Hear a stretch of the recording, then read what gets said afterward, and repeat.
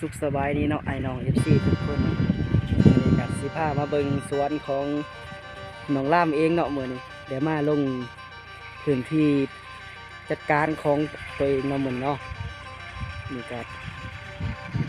ช่วงเริ่มปลูกเนาะเริ่มปลูกช่วงฤดูใบไม้ปงเนาะเดือน4เนาะเดือน4กำลังสิออกใหม่ก็กำลังเตรียมจัดการ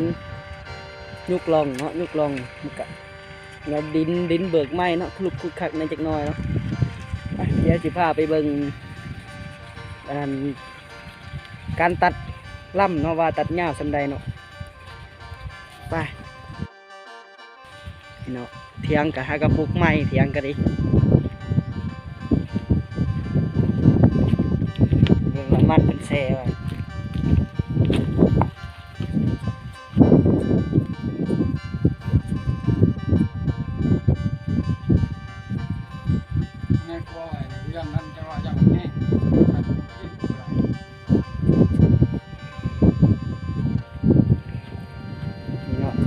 มันตัดวันเ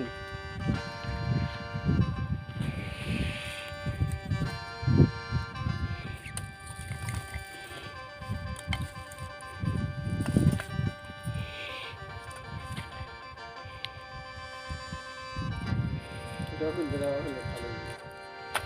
เอากระสอบขึ้นส่งกันเด้อ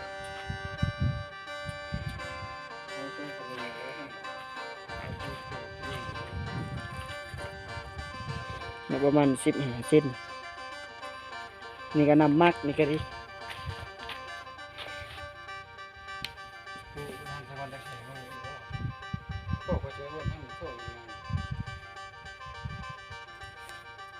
ไปเดี๋ยวไปปลูกมันก่อนบัดโรงเรียนเนาะเอาเดี๋ยวว่ามือใหม่ไฟโบหูเนาะสิมาบอกเนาะเบื้องต้นเลย ปูนี่ก็เอาลงประมาณซ้ำนี่เนาะประมาณ1 2 3 ตา4 ตากันแล้วแต่เนาะขึ้นอยู่กับเดือนถ้าเอาลงเลิกกับเป็นอยู่เนาะแต่ว่าหัวเวียกคักปานใดนี่เนาะเขาเอาลงประมาณนี้แต่ว่าปลูกละลาช้ำหนึ่งพอดีฝนตกแล้วก็สังเกตว่าทางใดหัวทางใดหางเนาะเบิ่งนั่นนี่เนาะมันสิมีตุดปูดอยู่ในนี่เนาะตุดปูดเห็นบ่ตุดปูดนี่ยินในขอบมันนี่เนาะเดี๋ยวก่อนเดี๋ยวเอาไม้สีให้เบิ่งเนาะนี่เนาะสังเกตว่าตัวใดทั้งหัวทั้งใดปลายเนาะนี่เนาะมันจะมีตุดปูดอยู่นี่เนาะนี่ตัวนี้แม่นปลายเนาะเวลาเราสักตีนลงเนาะสักตีนลงแล้วก็หยอดมันสิปงขึ้นมาทั้งนี้เนาะหยอดมันสิปงมาเราสักลุ่มๆหยอดมันก็สิปงโค้งมานี่เนาะมันกัดหัวไปจากดีเนาะทางของปลูกผิดทางเลยนี่คือสังเกตว่าทางใดปลายทางใดเงาเนาะสังเกตเบิ่งแบบว่านี่นะสังเกตตัวปูดตัวนี้นี่เนาะโอเคเดี๋ยวไปเบิ่งวิธีการปลูกเนาะนี่ก็กำลังยกล่องเนาะกำลังเตรียมยุกไปน้ำนะปลูกไปน้ำขนาดกันเริ่มบอกคนประเทศที่ขนาดกันนี้เป็นกันได้แก่ใหม่เป็นเอาหัวลงเอาหางลงไปเบิ่งการยุกลง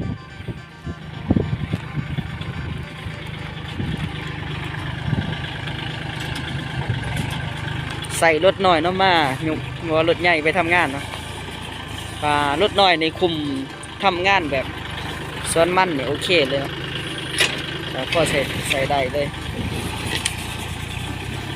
แล้วก็เอาเสียกใส่เนาะเป็นใส่แบบว่าปัดหนามันเนาะแต่ว่ามันดินนะนี่มันดินแข็งมันปัดอะไรเนาะมันรถเอฟเก่ามันกัดไทยลุ่งบ่ลุ่งบ่ได้นะมันดินเบิกไม้มันดินแข็งเนาะนี่ก็ฮักกระปูได้ประมาณ4 เหรียญ5 เหรียญฮักกระได้4 เหรียญ5 เหรียญไปเดี๋ยวไปเบิ่งเพิ่นปลูกเนาะนี่เนาะปลูกเพิ่นกระเด็นไล่ไม้เนาะครับปลูกผิดเอาหัวเป็นหางเป็นหัวเนาะเพิ่นปลูกกระสิอยู่แถวๆแบบว่าประมาณ3 คืบเนาะ3 คืบ 5 4 คืบมือแล้วว่า อาจสิอยู่ประมาณ20 เส้นเนาะ20 เส้น25 เส้นพอดีเนาะการปลูกกะสิประมาณนี้เนาะปลูกนอนแล้วก็ความลึกกะสิประมาณเดี๋ยวเอาความลึกให้เบิ่งเนาะความลึกกะประมาณ3 ข้อ4 ข้อเนาะประมาณนี้เพราะว่าแร่ธาตุแบบว่าวิตามินมันสิอยู่เทิงเนาะมันบ่ได้อยู่พื้นแบบว่าเฮาควัดขึ้นมาแล้วมันสิมาเต็มอยู่เทิงเบิดแล้วก็มันก็สิได้รับอาหารอย่างเต็มที่มันก็สิได้ออกห่างออกผลได้ดีเพราะว่ามันเป็นดินบ่แข็งอยู่เทิงๆเนาะมันก็ออกห่างได้เต็มที่ออกหัวได้ดีเอาลงเลิกก็อย่างหาลายเน่าบ่เน่ากัดหัวลงบ่ดีมันต่ำตัวมันแข็งๆก่อนเนาะเบิ่งการปลูก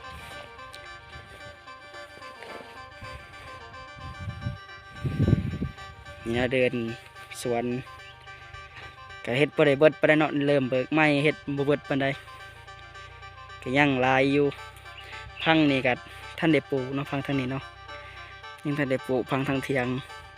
ท่านได้งัดมันงัดยุกลงท่านได้ยุกเนาะมีแต่ไทยปะไว้เนาะแล้วก็พังทั้งนี้เนาะกสิทั้งนี้ต่อไปกับกสิให้แบบว่าให้พี่น้องมาปลูกเนาะไปปลูกเองกับปลูกบ่เบิดขี้ข้านเนาะมันลายเกิน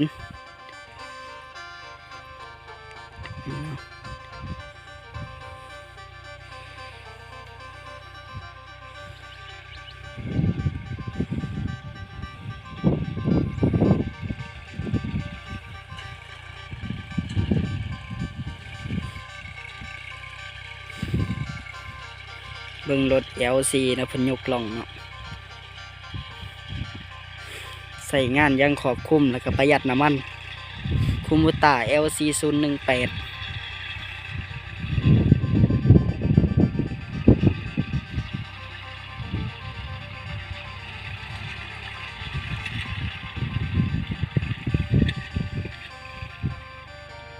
ไปหิวน้ำเนาะเดี๋ยวขึ้นเมื่อเอาน้ำมากินก่อนเนาะให้น้องเขากินก่อนเนาะไป